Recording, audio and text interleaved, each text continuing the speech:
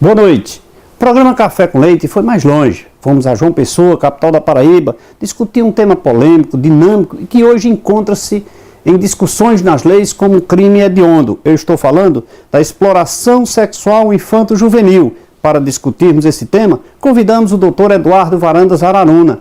Ele que é procurador do trabalho do Ministério Público da União em João Pessoa, é pós-graduado pela Universidade de Brasília e pela Universidade de Coimbra, em Portugal, e é mestre em Ciências Jurídicas Processuais e professor universitário. Está no ar o programa Café com Leite.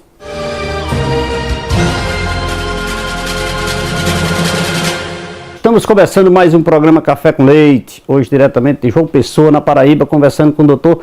Eduardo Varandas, ele que é procurador do trabalho, que veio contribuir com o programa Café com Leite, levando até você, telespectador, informações sobre a exploração sexual infanto-juvenil e do trabalho escravo. Boa noite, doutor, muito obrigado pela sua presença, é um prazer tê-lo aqui no programa Café com Leite. Boa noite, o prazer é todo nosso. Doutor, exploração, qual é a principal função do procurador do trabalho hoje? Bom, a gente, para falar um pouco do Procurador do Trabalho, a gente precisa antes falar do Ministério Público como um todo, já que o Ministério Público é regido pelo princípio da unidade. Então, a função do Ministério Público é fiscalizar o cumprimento da lei. A única diferença entre o Procurador do Trabalho, o Promotor de Justiça e o Procurador da República, todos membros do Ministério Público, é a área de atuação. Nós somos membros do Ministério Público específicos em fiscalizar o cumprimento da lei trabalhista, em fiscalizar os princípios constitucionais ligados ao direito do trabalho. Só. Exclusivamente. Aí parece pouco, não é? Mas não é. Nós temos um país de dimensões continentais, onde a questão, os valores sociais do trabalho são vilipendiados, são esquecidos, não são priorizados nem a nível de governo, e aí a gente encontra sequelas como crianças trabalhando, trabalho escravo, pessoas sexualmente exploradas, tráfico internacional de seres humanos, as normas de meio ambiente de trabalho não sendo obedecidas, por isso o grande número de acidentes de trabalho, onde muitas vezes vidas são ceifadas. Então, dentro desse contexto, o que pode parecer, na verdade, uma área muito específica, por que só o Ministério Público para a área do trabalho? Na verdade, é o que eu costumo citar de um grande processualista do trabalho, Wagner Giglio. Se nem todos são consumidores, se nem todos estão ligados a relações de direito civil, naturalmente todo mundo está ligado à relação de trabalho. Nem que você tenha uma empregada doméstica em casa na condição de empregador. Todos nós ou somos empregadores ou trabalhadores. Então essa perspectiva do direito do trabalho é uma perspectiva muito universal. Eu acho que o Brasil foi muito feliz em ter um Ministério Público só para essa área, levando em conta que é um país de grandes desigualdades sociais. Temos visto recentemente que o senhor tem prestado grande serviço na mídia local e nacional acerca desses temas do trabalho escravo e também dessa exploração sexual infanto-juvenil. O senhor acha que essas divulgações, essa mídia vem contribuindo para amenizar esses problemas? Eu acho que o membro do Ministério Público que não se comunica não é membro do Ministério Público. Quem não gosta de se comunicar com a população, com a massa, então vai ser membro do Poder Judiciário, vai integrar uma outra função tão importante quanto, mas não o Ministério Público. O Ministério Público ele tem que estar em contato direto com a população, ele tem que sentir a dor da população para poder elaborar teses e denunciar o Poder Judiciário. E a comunicação faz parte desse processo. Então eu preciso, na verdade, o Ministério Público ele foi escolhido pela Constituição da República como órgão extrapoderes que preserva o regime democrático. Como é que eu posso me desincumbir de uma função tão importante sem me comunicar, sem conhecer o povo, sem tentar mostrar para a população, através das inúmeras campanhas que nós fazemos, a realidade e na promoção da dignidade humana? Eu vou dar um exemplo concreto para você. Aqui na Paraíba, como naturalmente no Ceará, que deve ser um estado com situações sociais semelhantes à Paraíba, havia muito aquela ideia de que adolescente sexualmente explorada era uma prostituta, era uma pessoa que não merecia direitos. Era uma pessoa que vivia à margem da sociedade, quase no esgoto social.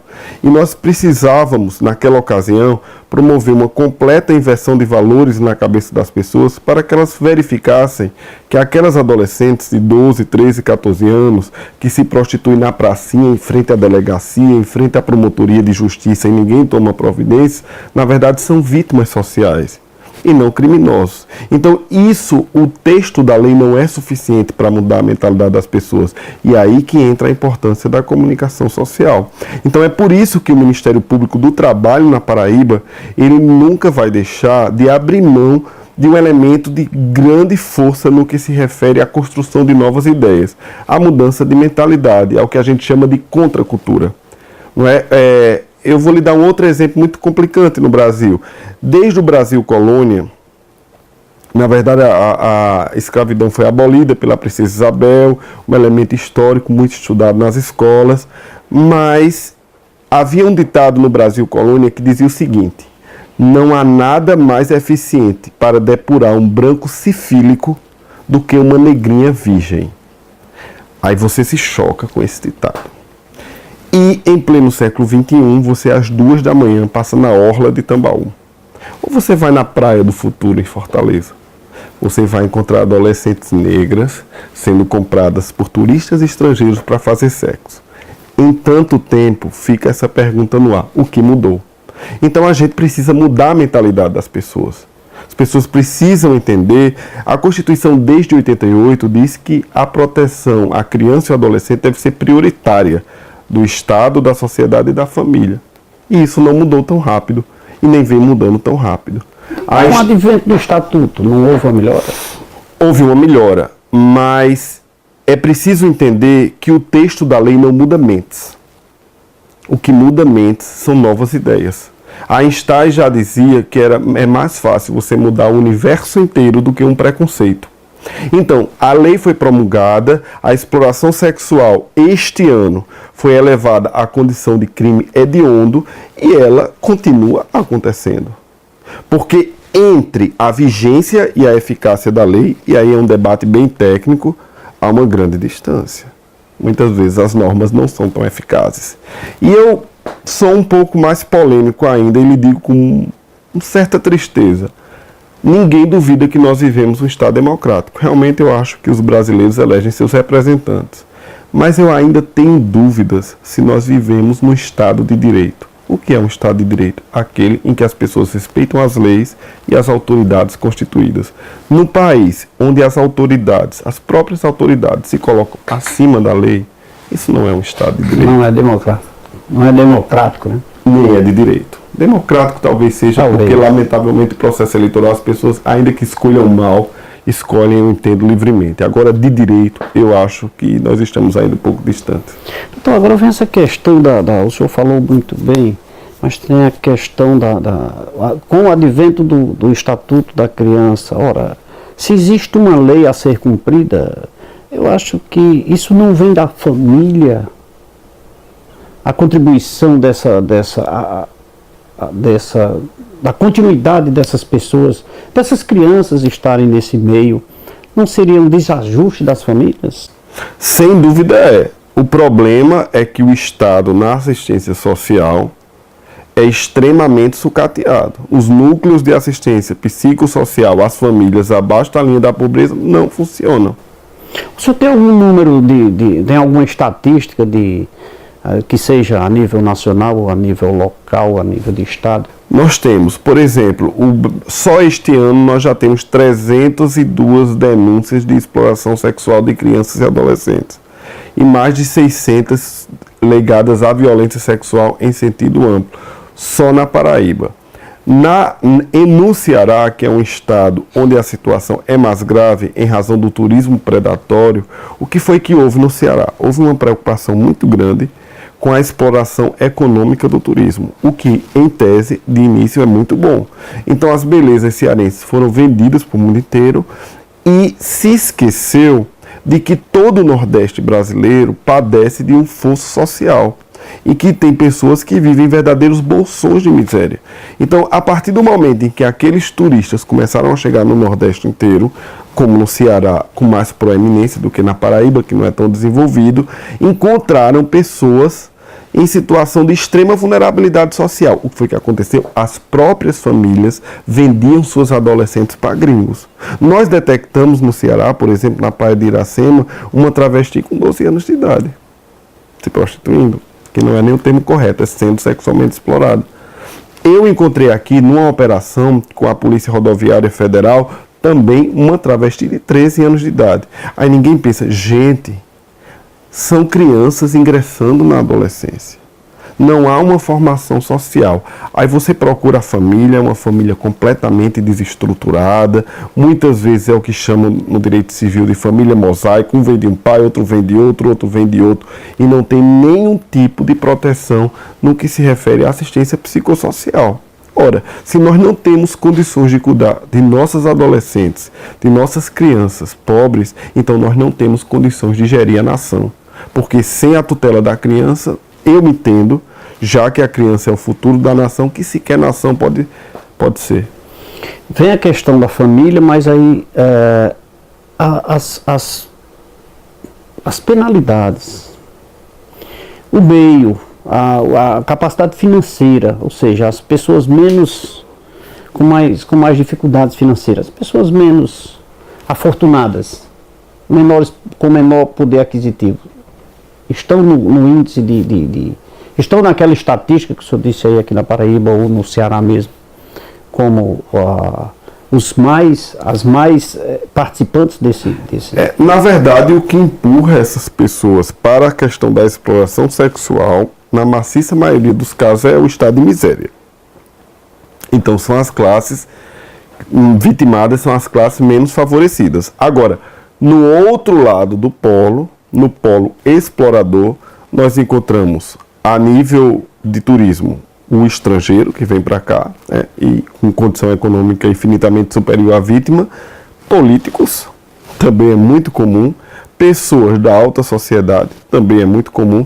Tem gente que encomenda uma menina virgem por telefone e diz as características, ainda escolhe o perfume que ela vai usar. E há um grupo, uma quadrilha organizada que prepara essas pessoas para serem efetivamente vendidas, como na época da escravidão. Tanto que a exploração sexual, ela se equipara a nível internacional ao trabalho escravo.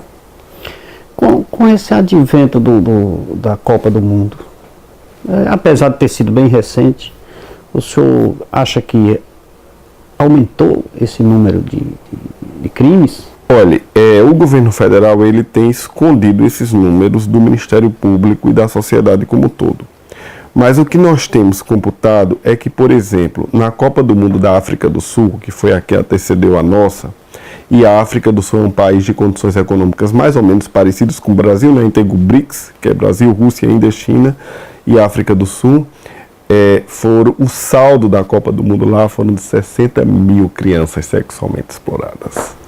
Durante o período da Copa. Durante o período da Copa. E, pasme, a exploração sexual em face da Copa no Brasil começou com a construção dos estádios. Porque os trabalhadores que iam construir os estádios, como era uma grande aglomeração de indivíduos do sexo masculino e como o entorno de alguns estádios se situava em zonas pobres, houve um incremento de 50% naquela área da exploração sexual. Ou seja, já começou na construção. E nós não temos os índices, não nos entregaram aí dos índices no que se refere à exploração sexual com o advento, o incremento turístico decorrente da Copa. Eu presumo que vai ser algo igual ou pior do que a África do Sul. Doutor, estamos conversando aqui com o doutor Eduardo Varandas sobre a questão da exploração sexual infanto-juvenil e falaremos daqui a pouquinho também sobre o trabalho escravo no estado da Paraíba, ele que aqui o representa, mas também a nível de Nordeste, a nível de Brasil. Doutor, eu queria lhe convidar para saborear uma água mineral aqui, uma água mineral que patrocina o programa Café com Leite. Essa é lá do Ceará, viu? É nossa. Né? Eu faço questão aqui de cumprimentar todos que fazem o grupo Cajuína São Geraldo. Agora vamos falar dos produtos São Geraldo. Estou falando da cajuína e água mineral São Geraldo. Os produtos São Geraldo são fabricados no mais alto padrão de qualidade, Por isso, não posso esquecer de falar para vocês que a Água Mineral São Geraldo ganhou vários prêmios de reconhecimento pela sua qualidade. Esse precioso líquido faz parte de nossas vidas. Eu indico a Água Mineral São Geraldo porque essa é nossa, é da terra do Padre Cícero. Água Mineral e Cajuína São Geraldo. Um abraço a todos aqueles que fazem a Cajuína São Geraldo e a Água Mineral São Geraldo. Doutor, veio ao Café com Leite, ao programa Café com Leite também. Eu faço questão de servir um cafezinho aqui. Cafezinho que patrocina o programa Café e Tisa, que eu quero mandar um abraço para o doutor Expedito Júnior, que administra o Café e Tisa. Puro, saudável, rendoso, saboroso, só existe um, o Café e Tisa. Com ele você faz como achar melhor, forte, leve ou encorpado. O Café e Tisa é produzido nos mais altos padrões de higiene e qualidade. Esse, todo vizinho diz. E Tisa é o melhor café. Você encontra o Café Eritiza nos melhores supermercados da região. Café Eritiza é produzido pela Torrefação Santana e Almeida Limitada. Vamos chamar um rápido intervalo de apoio cultural, daqui a pouquinho nós voltamos.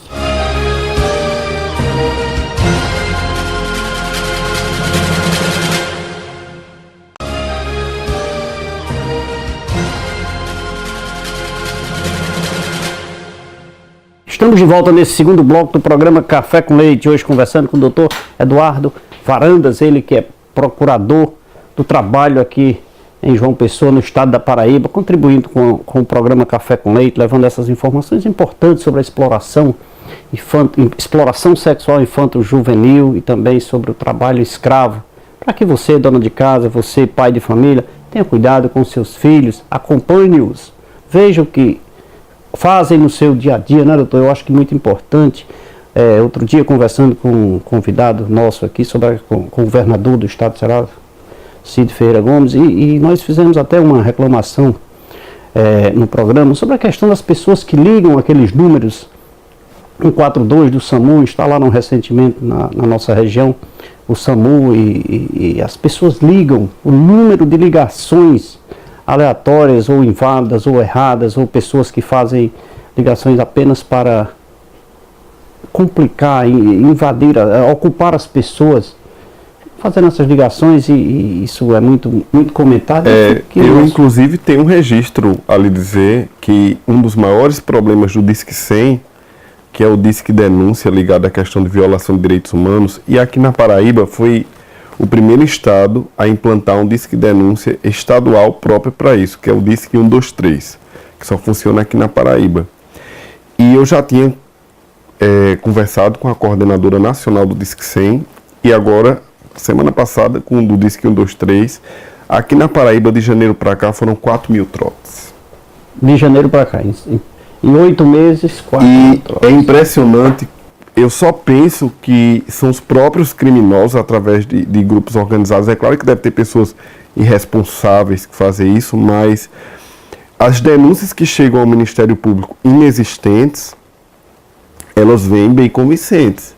Não é qualquer coisa, é uma história criada. Uma vez nos chegou à Procuradoria a denúncia de que uma criança era inclusive posta a exploração sexual pelos pais, deu o nome completo da criança, o nome da rua, descreveu situações terríveis nas quais a criança era submetida, e quando a gente moveu todo o aparato, e conselho tutelar, a delegacia da infância, uma série de coisas, e teve que instaurar procedimento, a gente verificou na rua, não tinha o número da casa, a família não existia, ninguém tinha conhecimento de absolutamente nenhuma criança com aquele nome.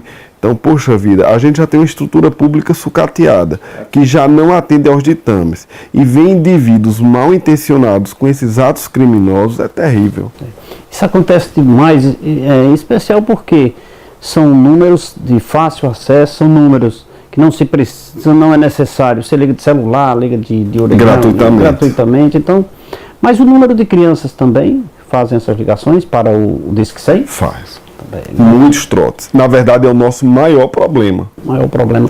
Em termos de funcionalidade do sistema. Porque o Disque 100, ele efetivamente funciona. Está lá à disposição 24 horas de qualquer lugar do Brasil, ligado diretamente à Secretaria de Direitos Humanos da Presidência da República. Certo? E eles não só repassam, como acompanham a denúncia. Então a gente de fato poderia ter um sistema muito melhor se essas pessoas não obstruíssem a funcionalidade de toda a estrutura pública que está posta para proteger a criança e o adolescente. É lamentável. E por isso fica aqui mais uma vez o pedido do programa Café com Leite para a senhora dona de casa, para o pai de família, ter cuidado dos seus filhos, especialmente aqueles garotinhos que gostam do telefone, que fazem essas ligações, que evitem, tenham cuidado, porque nós entendemos, doutor, e eu queria ouvir a sua opinião a respeito disso, é que a família, como já citado no bloco anterior, é a base. E se o pai não acompanha, se o pai não, a mãe não acompanha seus filhos nos atos cometidos no seu dia a dia, no colégio, nas suas amizades, chega a provocar ações dessa natureza e causando um sério, além do transtorno, além da estrutura sucateada, como o senhor disse, que é a nível de Brasil, é de fato dessa forma, você ainda chega lá e não tem nada. Ou seja, quando de fato ocorrer, e o serviço público não atender, aí a culpa é do serviço público, né? Eu acho que a gente precisa de um grande movimento de reeducação do nosso povo. Acima de tudo. Nesse contexto o senhor acha que a impunidade das pessoas, dos responsáveis por esses atos, seja ele do lado do trabalho escravo, ou seja ele da exploração sexual. A impunidade que eu digo, eu acho que no nosso país ainda é muito restrita. Também não é um foco de contribuição para a continuidade de... Eu acho que sob a órbita jurídica, a impunidade é a grande mazela. Aliás, se nós fôssemos ser realistas, a gente teria que trocar na bandeira do Brasil ordem e progresso por impunidade e retrocesso. Porque, de fato, este é o país da impunidade. É o país da impunidade no que se refere a crimes do colarinho branco. A gente teve o exemplo do mensalão, o país todo vibrou, mas quantos outros políticos não estão aí rindo do Poder Judiciário? Nós temos, no que se refere à criança e ao adolescente, apontado inclusive por organizações internacionais como a Save the Children, a regra é 80% das demandas que são levadas ao Poder Judiciário permanecem impunes, só para você ter um exemplo de como a questão não é fácil. Aqui na Paraíba, houve um caso específico na cidade de Sapé. Vereadores, secretário de administração, exploravam sexualmente crianças e adolescentes. Inclusive o motoboy ia deixar as meninas como se fossem objetos dentro dos motéis. Isso foi apurado tanto pelo Ministério Público do Trabalho como pelo Ministério Público Estadual. O Ministério Público do Trabalho ingressou com ação para garantir a indenização dos envolvidos, das vítimas, obviamente. O Ministério Público Estadual para criminalizar a conduta. Até agora, no âmbito da Justiça Comum, já tendo saído a condenação na Justiça do Trabalho, as pessoas passaram mais de 6, 7 anos. As pessoas nada sofreram. Este é apenas um caso. E os casos que sequer chegam ao Ministério Público porque são esbarrados na delegacia. E os casos que passam do Ministério Público chegam ao Poder Judiciário e por recursos protelatórios, por um sistema processual pouco apurado, a punição não acontece. Então, lamentavelmente, esse é o país da impunidade. E as pessoas precisam entender, precisam primeiro confessar que de fato para que haja a promoção das mudanças efetivas. Para que a gente verifique aonde está o problema, aonde que as demandas estão emperrando, seja no aspecto criminal, seja no aspecto civil, lato sensu, para que haja a punidade. Porque a punidade, ela exerce 2 aspectos importantes para o efeito do país. Primeiro, a questão pessoal do indivíduo que cometeu o crime ser penalizado, e segundo, a questão pedagógica daqueles indivíduos que intencionariam cometer um crime daquela natureza, pensassem 2 vezes porque teriam a certeza que seriam punidos. Como não há essa certeza, existe uma proliferação de delitos, tanto que o Brasil vive hoje imerso numa onda de violência. Lamentavelmente, João Pessoa foi considerada a 9ª cidade mais violenta do mundo, a 9ª capital mais violenta do mundo, e isso se expande pelo país inteiro. Então, eu acho que você tocou num ponto muito, muito correto. Não adianta de nada nós termos uma lei de ótima qualidade, como é o Estatuto da Criança e do Adolescente, uma lei, inclusive, que serve de referência internacional para países da Europa, se essa lei não é aplicada de fato, se ela não é eficaz, se o delito previsto, por exemplo, no artigo 244A do Estatuto, que é a exploração sexual de crianças e adolescentes, não leva efetivamente à punição. Se não há punição, a letra da lei vira uma letra morta. E é o que nós temos muitas vezes no Estado brasileiro. O senhor não acha que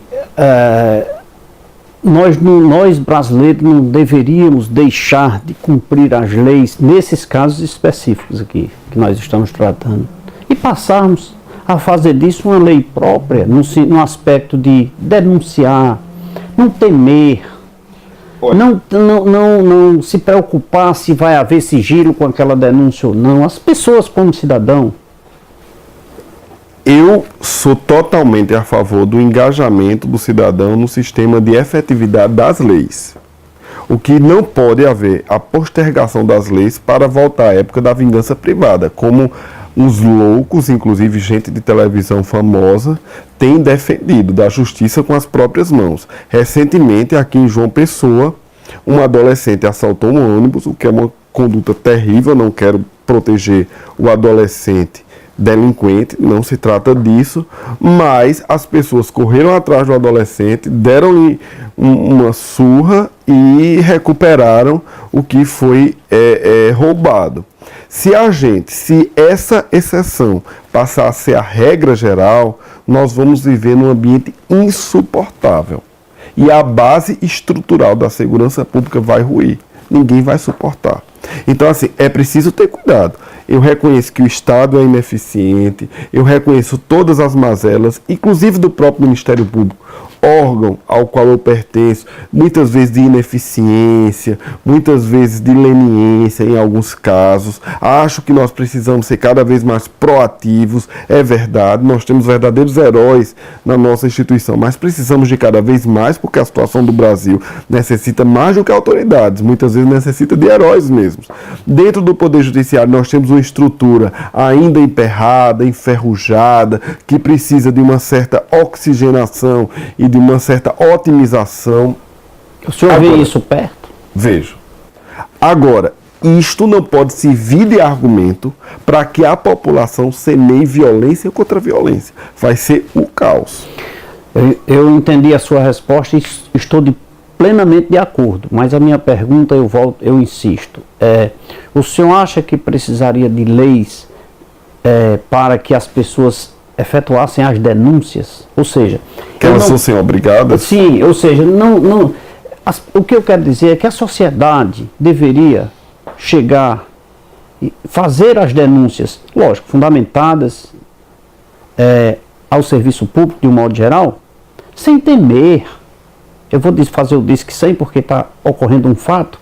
O que é que eu quero dizer com isso? É que as pessoas ligam e perguntam, e eu vou estar envolvido nesse problema, eu vou testemunhar, eu vou participar, eu vou ter que estar presente. Aquela temerosidade das sequências vindouras, né?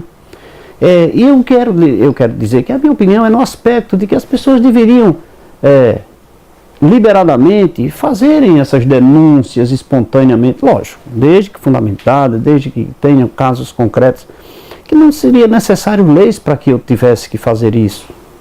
Veja só, isso não é como talvez você, nesse ponto eu tenho uma certa discordância, queira abordar, não é um problema legal. A participação do povo, ela não pode ser imposta pela lei. Porque simplesmente se houver uma lei obrigando alguém a denunciar de uma forma assim incisiva, porque a omissão já é considerada um delito, dependendo do aspecto e do caso em que ocorra. Mas uma lei assim genérica, em qualquer hipótese, obrigando a denunciar, ela possivelmente será mais uma norma ineficaz, porque isso é uma questão de mentalidade. A lei, a gente tem muito aquela ideia da positivação do direito como a salvação de todos os problemas da sociedade. Está na lei, está resolvido. Não é assim. Muita coisa que está na lei, inclusive na Constituição, que é a nossa lei maior, não virou realidade. Por que não virou realidade? porque não existe lastro social para aquela efetividade. Então, antes de qualquer problema de positivação, que é tornar aquilo uma regra, a gente precisa, antes de tudo, de um movimento de contracultura. O que é um movimento de contracultura? É de conscientização, é de chamamento à responsabilidade. As pessoas, elas têm que se sentir preparadas para efetivamente entender que uma criança sexualmente explorada não é só problema do promotor de justiça, do procurador do trabalho, do juiz do trabalho, é problema da nação, é problema do povo brasileiro. E não se entende dessa forma. Ora, o país do jeitinho brasileiro, onde o indivíduo que fura uma fila acha que está tirando uma grande vantagem, que legitimidade esse indivíduo terá para denunciar se ele sequer faz na sua vida um exemplo de cumprir ordens? Não é? Então é preciso que a gente, quando eu digo que o país precisa ser reeducado, a gente precisa passar o Brasil a limpo, eu estou falando em todos os aspectos, inclusive na vida de cada um de nós. O indivíduo que estaciona o carro em local proibido, o indivíduo que dirige acima da velocidade permitida. O povo brasileiro tem como hábito violar as leis. Então não tem como defender uma positivação como uma mudança comportamental, porque a lei não muda comportamentos, e principalmente no Brasil, que é o país da desordem. Doutor Eduardo, o Ministério Público tem uma força muito grande sobre esses temas, em especial esse que nós estamos conversando. O senhor tem apoio dos demais órgãos? Olha, apoio, essa pergunta eu acho que é a pergunta mais difícil da nossa conversa. O apoio é sofrível, insuficiente, tímido e muitas vezes, dependendo do que a gente tem feito, a gente sofre até boicote. Então, assim, nesse aspecto, eu diria que apoio necessário para implementar mudanças, e mudanças tão sérias e tão estruturais, a gente realmente não tem. Muito tímido, né? Ou não tem mesmo? Na verdade, é um apoio alegórico. Tipo assim, eu vou dar um exemplo concreto, só para você entender. Aqui na Paraíba, cada vez que o novo governo assume, eu pessoalmente procuro o secretário de Segurança Pública, seja ele quem for. Porque para adentrar os bordéis, resgatar as crianças, o Ministério Público precisa da polícia. A base da segurança é a polícia, queira ou não, juízes, promotores, o que for, sem uma polícia eficiente, ninguém consegue fazer nada. Então, o que é que acontece? Todas as vezes, em vários anos, são 15 anos nessa luta, todos os secretários com quem eu conversei expressaram um apoio, esse apoio que você está falando, incondicional à causa da proteção da criança e do adolescente. Na hora de reestruturar, de colocar à disposição uma polícia de elite para o Ministério Público, priorizar os crimes que tenham como objeto violência contra a criança e o adolescente, nada aconteceu. Então, é esse tipo de apoio que nós temos. Então, vamos saborear mais uma água, São Geraldo? Nós conversamos, né? Da sede, antes da sede, nós temos que saborear uma água mineral aqui. E eu faço questão de servir o nosso convidado mais uma vez. Enquanto isso, eu quero falar do laboratório LAMIC. Se você precisa fazer exames com perfeição, precisão e qualidade, vá ao laboratório LAMIC. O LAMIC conta com profissionais qualificados e técnicos bem preparados para melhor lhe atender. O LAMIC realiza os mais variados tipos de exames laboratoriais. Você encontra o LAMIC com uma unidade central na Rua Padre Cícero 759 e postos de coletas em Milagres, Campos Sales, Caririaçu, Novo Juazeiro e na clínica Dr. Clemir Arraes. O LAMIC tem a direção certa dos doutores Ivanilson Júnior, Leonardo Davi e da doutora Socorro Cabral. Um abraço a todos que fazem o laboratório LAMIC, doutor Leonardo, doutor Ivanilson Júnior, doutora Socorro Cabral Bezerra, patrocinando e apoiando o programa Café com Leite. Doutor, mais uma vez vamos saborear um cafezinho aqui. Um prazer aqui servir esse cafezinho para o doutor Eduardo Varandas aqui, contribuindo com o Café com Leite. Vamos a um rápido intervalo de apoio cultural, daqui a pouquinho nós voltamos.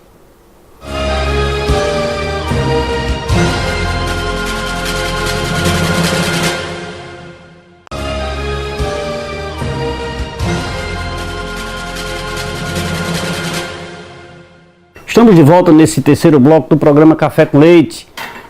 conversando hoje com o Dr. Eduardo Varandas sobre exploração sexual infanto-juvenil, do trabalho escravo em nosso país.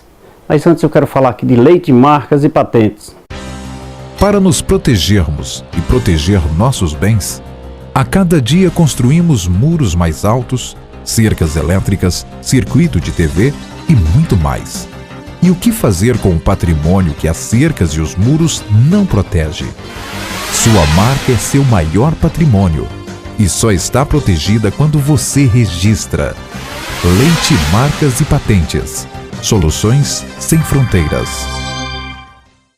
Acesse também o Facebook do Programa Café com Leite, veja lá, dê sua opinião, e a nossa página, programacafécomleite.com.br. Assista os nossos programas, dê a sua sugestão.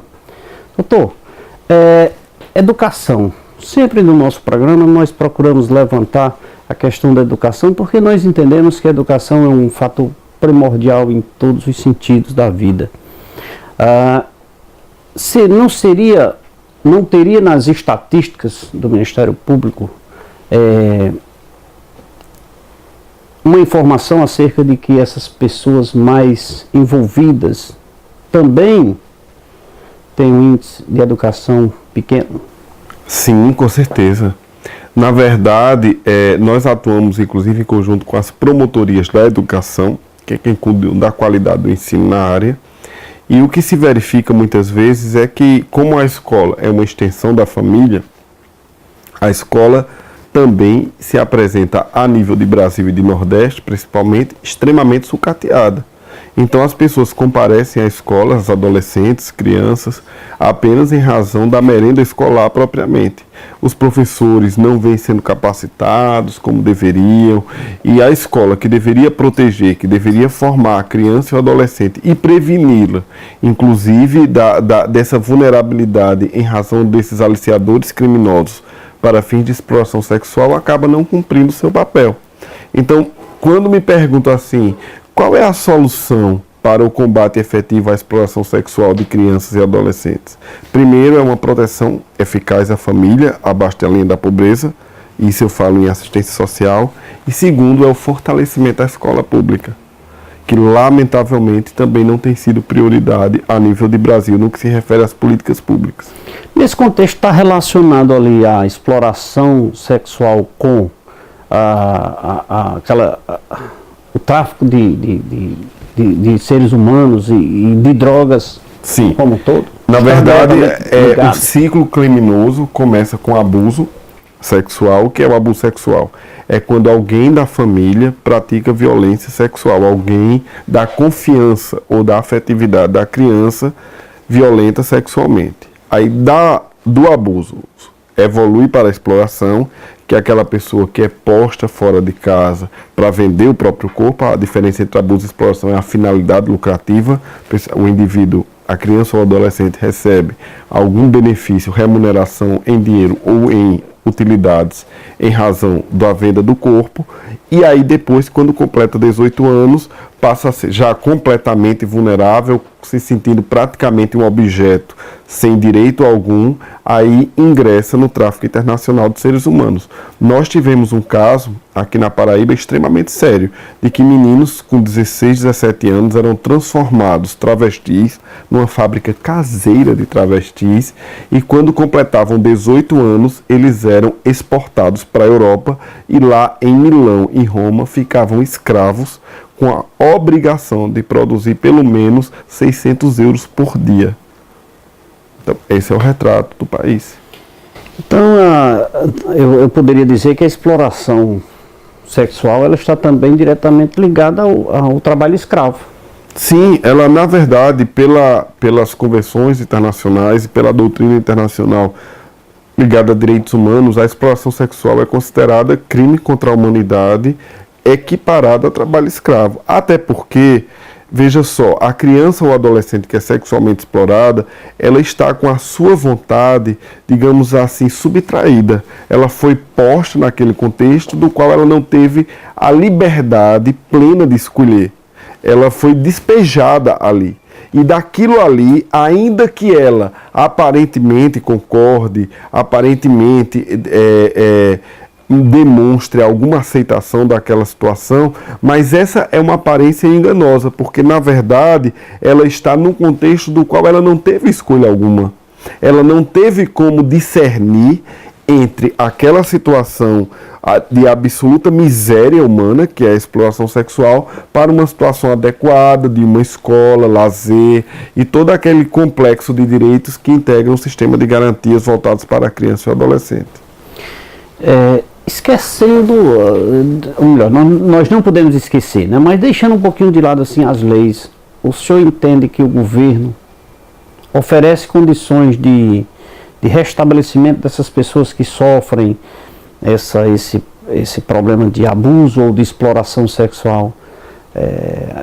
O governo chega a apoiar essas famílias, essas pessoas que sofrem? Existem os programas que não funcionam, ao meu ver, são inefetivos. Aí onde eu disse, deixa de lado um pouquinho a lei para ver se a coisa funciona, né? Não, infelizmente a questão não funciona. A questão da assistência social no Brasil se resume a uma bolsa, entre aspas, esmola, que é dada a famílias. Não existe uma preocupação de inserção de adultos no trabalho digno, porque primeira providência para assistência às famílias pobres é a criação de programas de emprego e renda para os adultos, para o pai e para a mãe. Não há esse sistema eficaz. Depois, a própria assistência psicossocial para manter a unidade familiar saudável. Na verdade, às vezes o pai ou a mãe, eles ingressam no crime, ingressam nas drogas e não há nenhum tipo de estrutura protetora desse núcleo familiar. A família desprotegida, a criança se torna um alvo fácil das grandes quadrilhas nacionais e internacionais de exploração sexual. E aí é o resultado que se encontra hoje. O Brasil está equiparado à Tailândia, um dos piores países do mundo no que se refere à exploração sexual, exatamente por falta de cuidado. Só para você ter uma ideia, quando o turista chega na Tailândia, que procura uma adolescente tailandesa, o aliciador diz o seguinte: olhe, leve e faça o que você quiser com ela. O que quiser, só me devolva viva, porque eu preciso lucrar mais. O Brasil é assim também. O Brasil é assim, nós fazemos silêncio. Nós fazemos Entre aspas, silêncio. né? Fazemos silêncio. Fazemos. O povo, nós, a nível de povo, fazemos silêncio. Nós somos, na verdade, cúmplices dessa monstruosidade.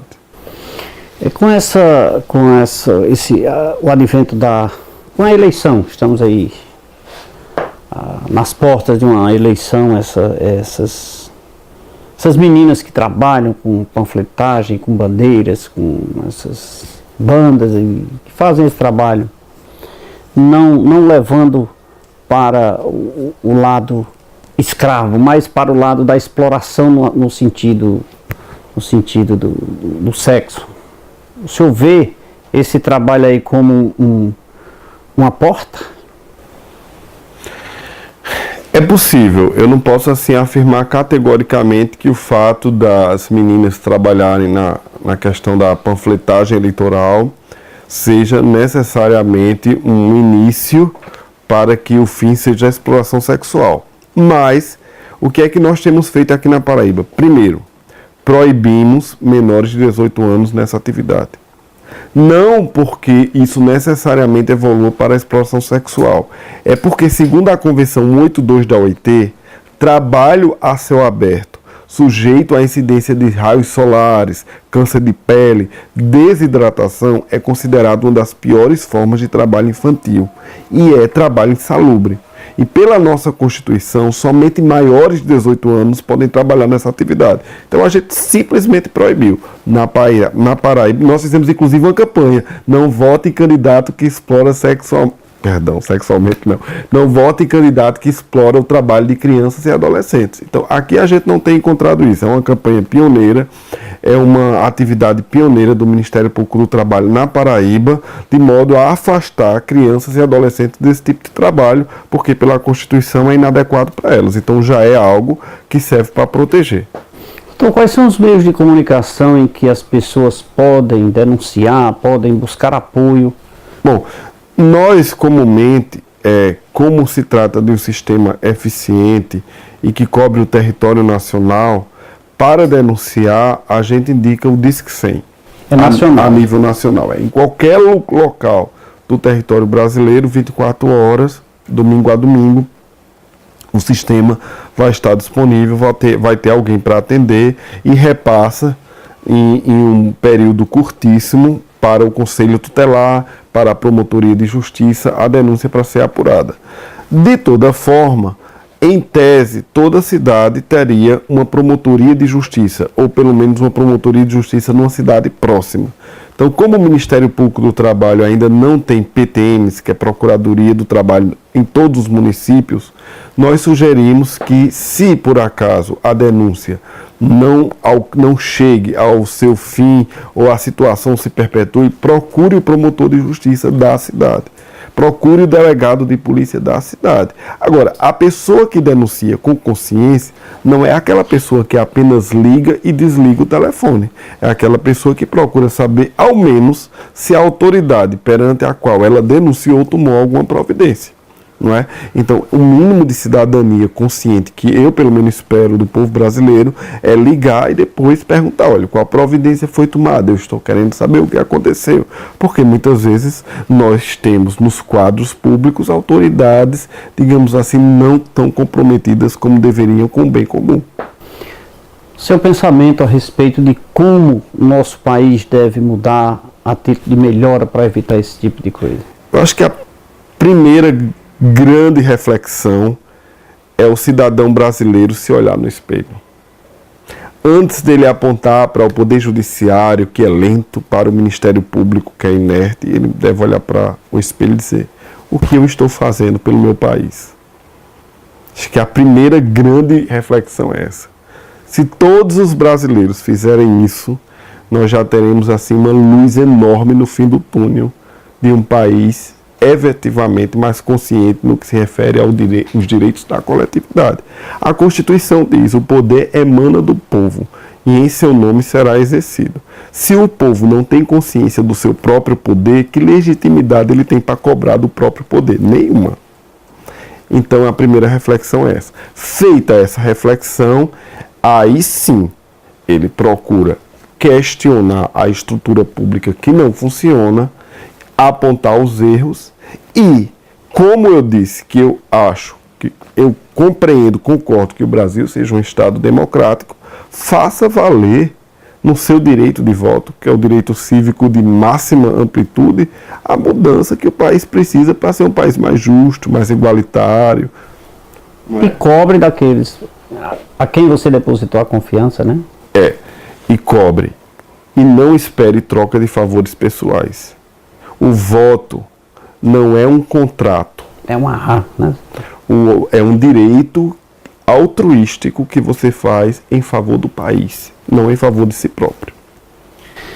Estamos chegando ao final de mais um programa Café com Leite, hoje com a presença, doutor, infelizmente nosso tempo, eu falei tanto que queria falar em trabalho escravo, mas infelizmente nosso tempo é muito curto e chegamos ao final conversando sobre a exploração, mas com certeza tive aqui uma aula e nossos telespectadores com certeza também hão de refletir mais sobre esse tema de extrema relevância e eu espero tê-lo novamente no programa Café com Leite falando sobre o trabalho escravo. Agradeço demais a sua presença, muito obrigado. Eu que agradeço, foi um prazer estar aqui. Eu queria deixar apenas uma frase para reflexão de quem nos assiste. Está escrito no hino nacional: verás que um filho teu não foge à luta. Até quando nós vamos fugir dessa luta? Obrigado. Isso aí, chegamos ao final de mais um programa Café com Leite. Terça-feira estaremos de volta aqui na TV Verde Vale. Um abraço a todos e até lá.